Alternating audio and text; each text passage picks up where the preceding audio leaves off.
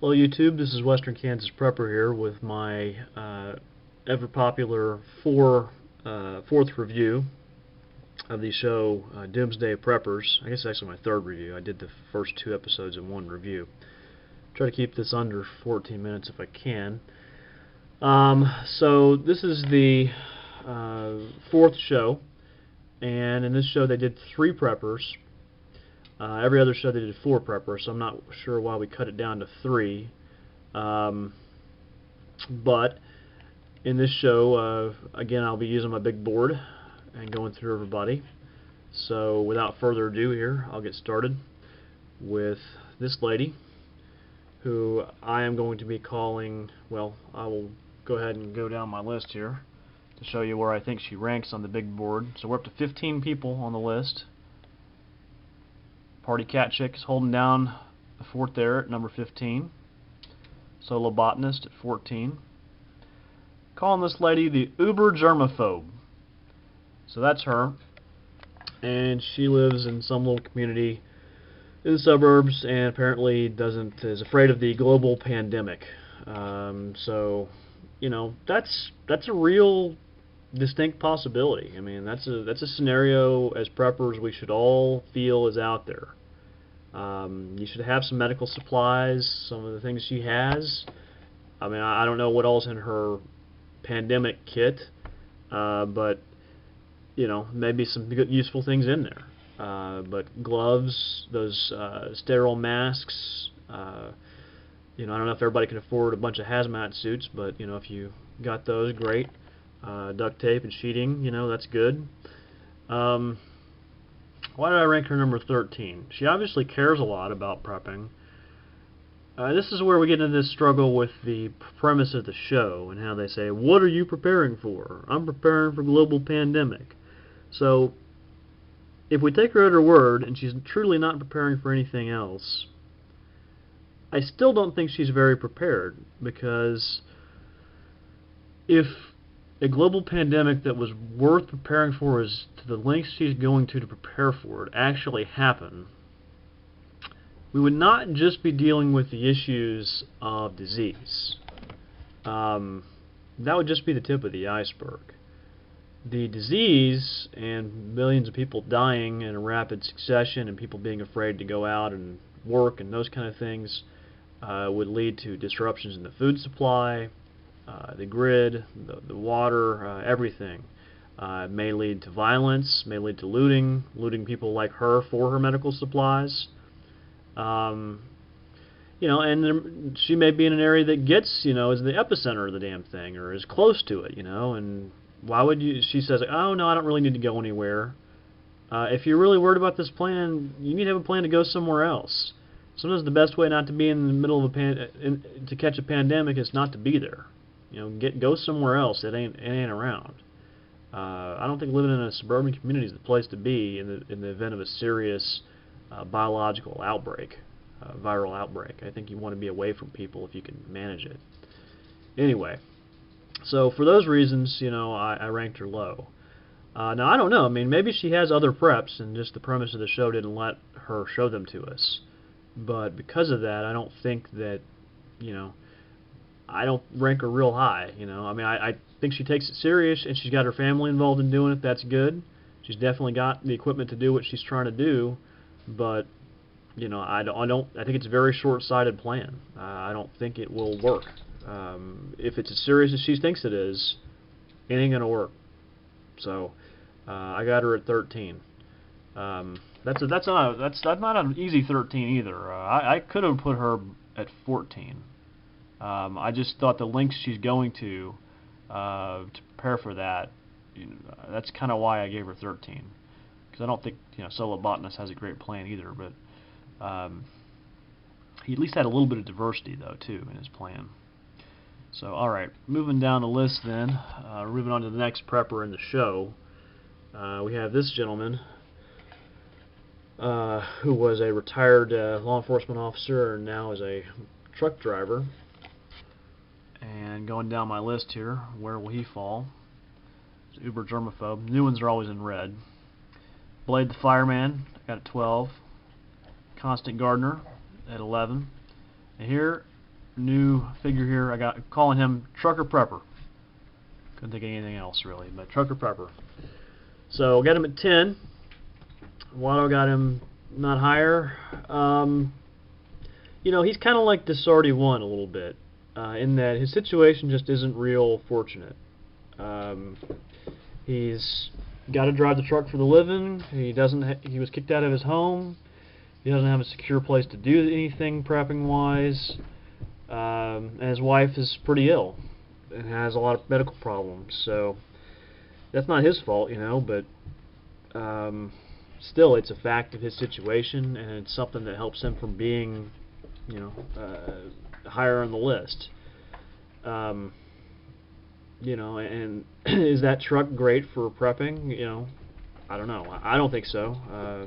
You looked at what they actually had accumulated in there, it wasn't much. I mean, it was, you know, he was fretting over the cargo netting he was buying, but, you know, he looked like he had maybe a couple of weapons. I don't know how much ammo. He had, you know, they talked about how they had a couple of freeze-dried cans and, you know, maybe one more shelf of them up on the back, you know. That ain't that much.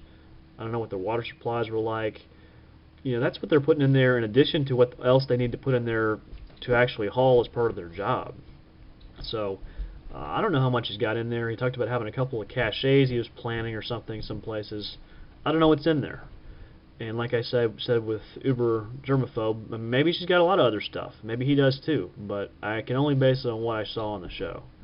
And I don't know what he's got in it. If he's got anything in those, you know, or it's any type of, they don't talk about him having any type of retreat. So, yeah, he's mobile, but he's got nowhere to go.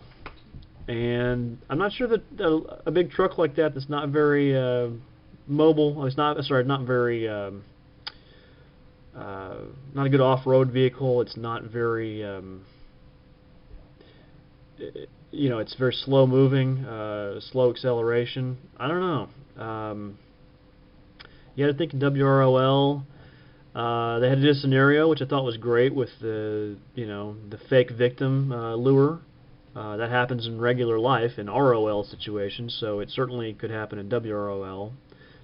Good training, good psychological training on that. I like that. But you know, is that going to be the least of his problems driving that rig around?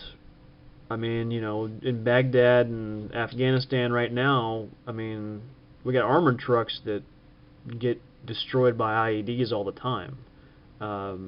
You think that people in gangs of, you know, roving gangs that he's worried about aren't going to be doing stuff like that to mess up his truck? I mean, absolutely they are. So, I don't know. I like him. I think his heart's in the right place, but I don't think he's all that prepared. Like I say, I admire him as a person, but I can't put him higher on my list.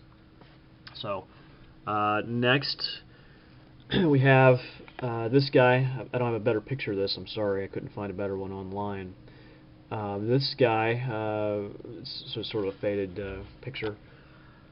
But going down my list, again, we got Uber Germaphobe, Trucker Prepper at 10, Suburban Pawn Yuppie 9, Doris Day at Doom at 8, Thumb Dad 7, God, Guns, and Whiskey at 6, Desarty 1 at 5. Uh-oh, we're going up the top of the list here.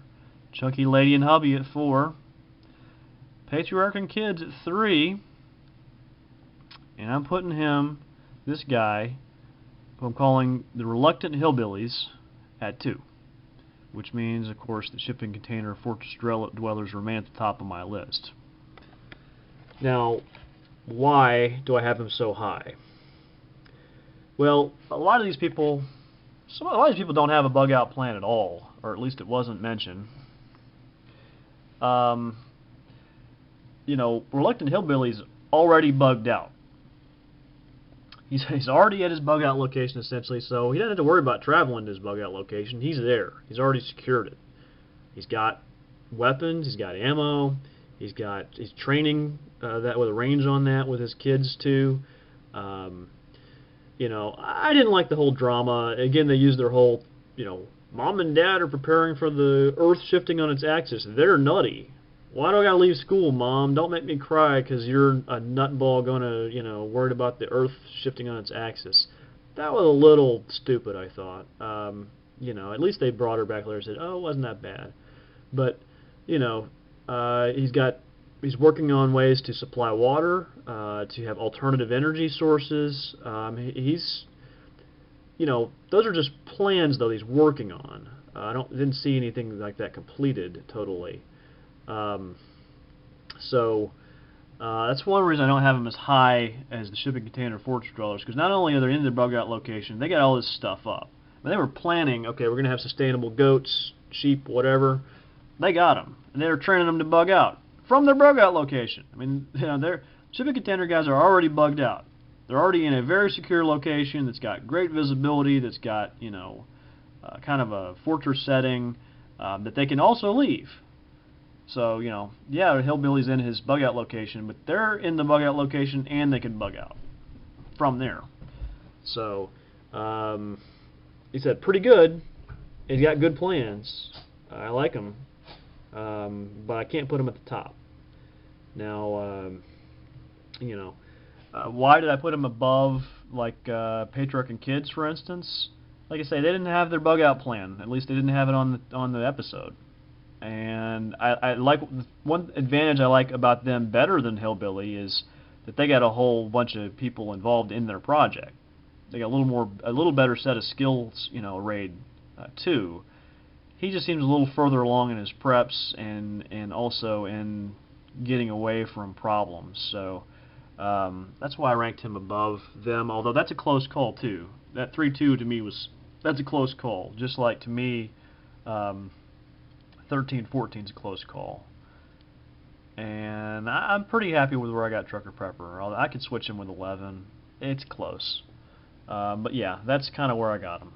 So anyway, as always, I look forward to your comments on this. I've enjoyed the interchange about this. I think it's an interesting discussion. You know, I think that different people bring different things to the table here, and one of us might see why somebody isn't as prepared as another person thought they were. So I think it's interesting to talk about. I look forward to your comments on this. And this is Western Kansas Prepper signing off for my review of the 4th episode of Doomsday Preppers.